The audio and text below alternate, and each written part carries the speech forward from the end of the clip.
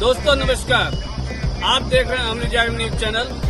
आज मैं एनसीएल खड़िया के परिक्षेत्र में खड़ा हूं और यहां पे मैं आपको यह दिखाना चाहता हूं कि महाप्रबंधक एनसीएल खड़िया आवासीय परिषद क्षेत्र में हूं मैं। और आज विशाल धरना का जो प्रदर्शन चल रहा है उसमें विस्थापित संघर्ष समिति का यह कार्यक्रम है।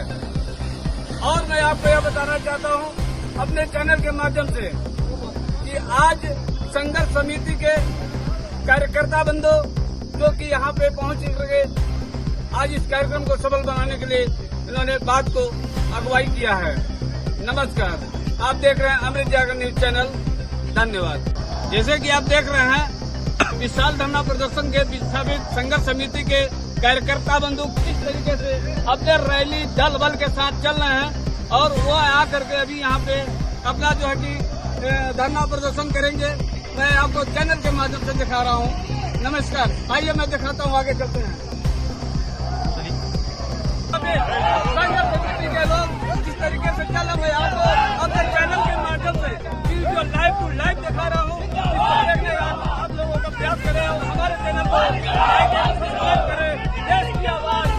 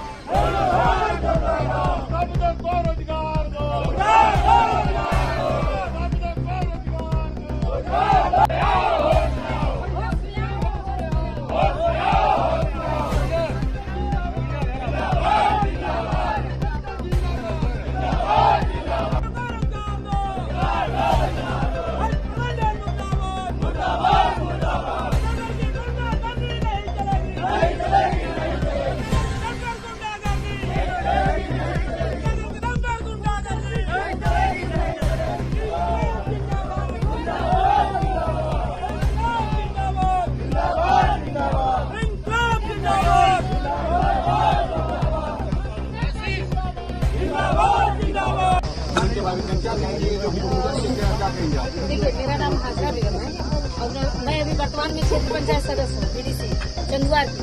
और मेरा विस्थापित वाला मेरा मतलब पट्टा वाला ये जमीन है, ये पट्टा है। देखिए, जमीन का अभी तक नौकरी नहीं लगा। बाहर के लोग आके नौकरी यहाँ कर रहे हैं। मेरे हस्बैंड बेरोजगार है, काम नहीं कर रहे। बहुत मैं भी दौड़ी हूँ लेकिन आज तक पीछे नहीं मिला है। बहुत महिलाएं। आप लोग कब तक कब तक खड़ी? ये कॉलोनी के द्वार पर हम लोगों को रोका जा रहा है। हम लोगों को सीएम साहब के द्वार तक नहीं जाने दिया जा रहा है, उनके ऑफिस तक। तो क्या मानते हैं कि लोकतंत्र की हत्या हो रही है? सर विस्थापितों और प्रभावितों को ये लोग रोजगार देना ही नहीं चाहते हैं।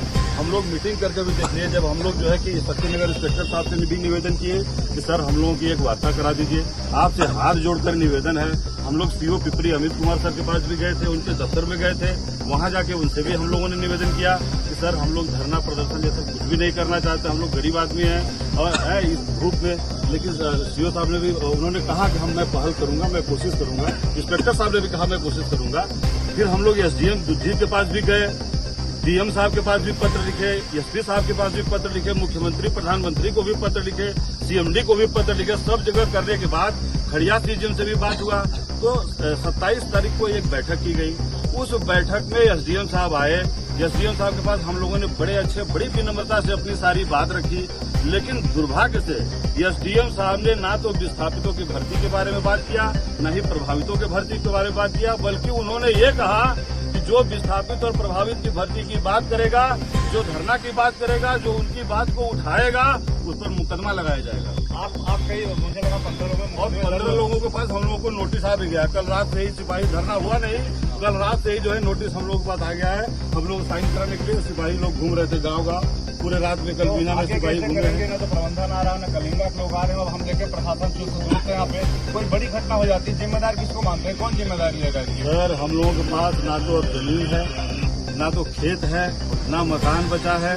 अब हमारे पास जीने और मरने के अलावा दूसरा कोई उपाय नहीं है।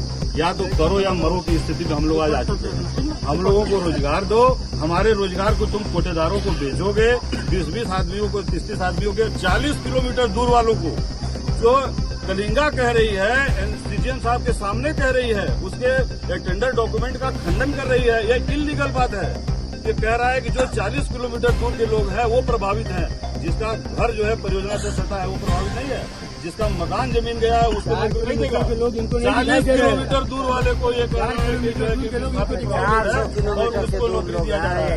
रापड़गंज के लोगों को, रेणुकूट के लोगों को, रीवा सिटी के लोगों को यहाँ नौकरी दिया जा रहा है पैसा लेकर के।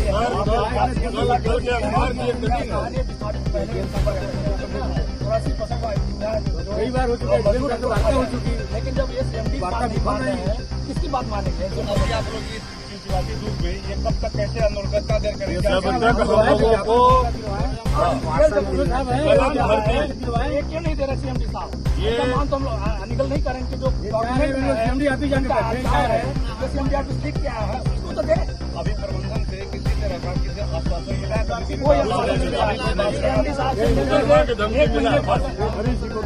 बोल रहे हैं कि मैं सीएम साहब को एक बुलवा दे रहा हूँ, 1 महीने दौड़ रहे हैं, लोग मिलते नहीं है। यहाँ से कहना चाहेंगे जैसा कि अभी सूचना, जैसा कि आप लोगों ने देखा कि ये विशाल धरना प्रदर्शन में विस्थापित संघर्ष समिति के कार्यकर्ता बंधु यहाँ पे जैसे कि हाजरा बेगम, जमशिला की महिला प्रधान, वो लोग सभी लोग यहाँ पे लगे हुए हैं।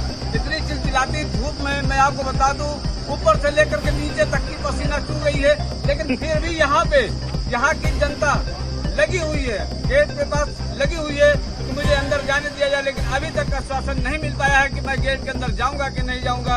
मैं आपको अपने चैनल के माध्यम से इसी तरीके से खबर आपको अप टू डेट करता रहूंगा। धन्यवाद। ये आज यहाँ बैठ करके अपना परिवार चला रहे हैं, तो यहाँ के सारे इम्प्लॉई हैं। ये हमारा खेत है, हमारी जमीन है। अगर आपके अंदर हमारे प्रति थोड़ी भी संवेदना है तो आप एक उचित स्थान पहले हमको बताइए, हमको बैठने का जगह दीजिए। आप इस तरह से दरवाजे पर गेट बजे, क्या हमने कोई अपराध किया है सर? हम लोगों ने कोई क्राइम किया है क्या? बताइए आप। इस तरह से आप हमारा अपमान कर रहे हैं। आप अपमान कर रहे हैं। कॉलोनी का गेट बंद किया गया, ना कि सीजीएम द्वारा। आप सीजीएम का हम उसके अंदर नहीं जाएंगे। जमीन तो पूरी खदान चला रहे हो आप। तुम्हारा यहाँ हजारों करोड़ों का प्रोडक्शन हो रहा है और हमारे बाप दादाओं की जमीन पर, और आप हमसे बात नहीं कर सकते। सीजीएम साहब से मिलने के लिए हम लोग को 4-4 दिन, 5-5 दिन, 1-1 हफ्ता जो है घूमना पड़ता है, उसके बाद भी वो मिलते नहीं। ये कोई तरीका नहीं है सर। आप हमको कुछ आश्वासन देते जाइए, और वो भी लिखित में। आप हम ज्ञापन दे रहे हैं आपको, हम लोग ज्ञापन दे रहे हैं आपको कि उसके आधार पर तभी हमारा धरना खत्म होगा, क्योंकि ये अनिश्चितकालीन धरना है। ये यहाँ भी होगा, और हमारी मांग नहीं होगी तो सीएमडी साहब के पास सिरोली में भी चलेगा। ठीक है, जरूरत पड़ेगा तो जिला मुख्यालय में भी। जैसा आप बता रहे हैं सर, जैसा आप बता रहे हैं कि जीएम साहब आपके साथ हैं, अगर जीएम साहब इनके साथ हैं तो विस्थापित और प्रभावित घर-घर भटकने के लिए मजबूर क्यों हैं? क्या कारण है कि विस्थापित और प्रभावित 40 किलोमीटर दूर वाले को आप प्रभावित मान रहे हैं? 40 किलोमीटर दूर वाले को आप प्रभावित मान रहे हैं?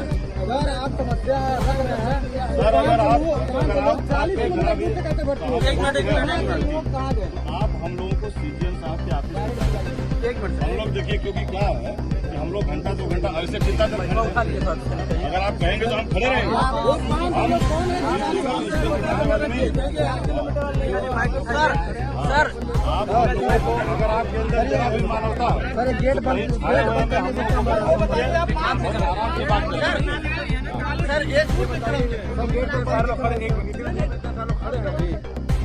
किसकी जिम्मेदारी? आपके भगवान है क्या? ठीक है, तो हम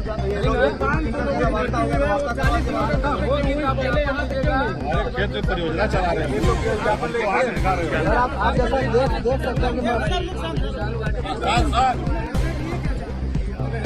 हैं तो लोगों की जो भर्ती हुई है वो 40 किलोमीटर दूर तक क्यों क्यों नहीं? सर जानकारी दीजिए, कहाँ भर्ती हुई है? कहाँ से हुई है बताया, जानकारी दीजिए। क्या इन लोगों को आज यहाँ पे खड़ा होना पड़ता? सर जब सब सही है तो फिर सुना क्यों नहीं जा रहा है?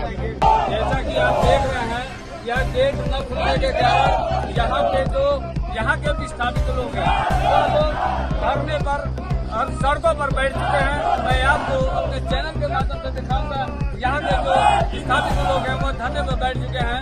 ये देखिए कैमरामैन, आप जल्द से जल्द फोकस करके जनता को मार्गदर्शन करें।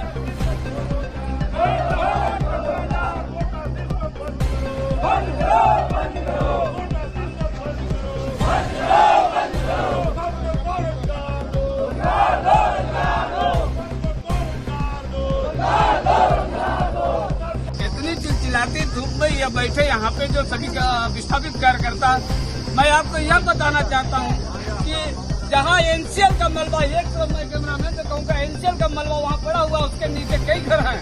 उस घर का जो धक्का होता है या बरसात होती है उस घर वाले सहते हैं, यानी कि 40 किलोमीटर दूर के लोग नहीं।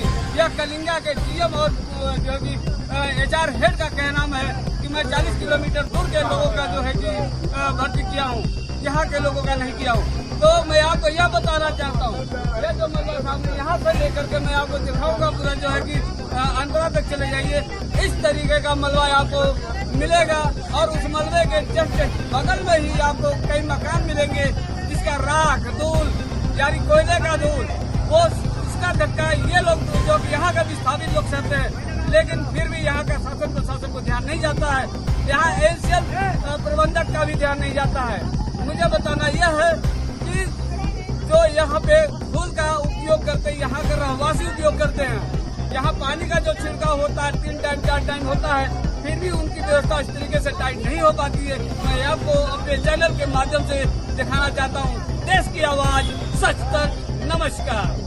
बने रहिए आप लोग हमारे साथ, अमृत जागरण न्यूज चैनल के साथ। और मैं ये देख रहा हूँ कि अभी तक कोई एनसीएल का कोई अधिकारी अभी तक आया नहीं है और इनका ज्ञापन लिया नहीं है। मैंने जब उनसे वार्तालाप किया तो उन्होंने यह बताया कि जब तक अधिकारी आएंगे तब उसके बाद मैं उनको ज्ञापन दूंगा, उसके बाद मैं अपना सभा समाप्त करूंगा। बने रहिए अमृत जागरण न्यूज चैनल के साथ, खबरें आपको मैं दिखाता हूँ।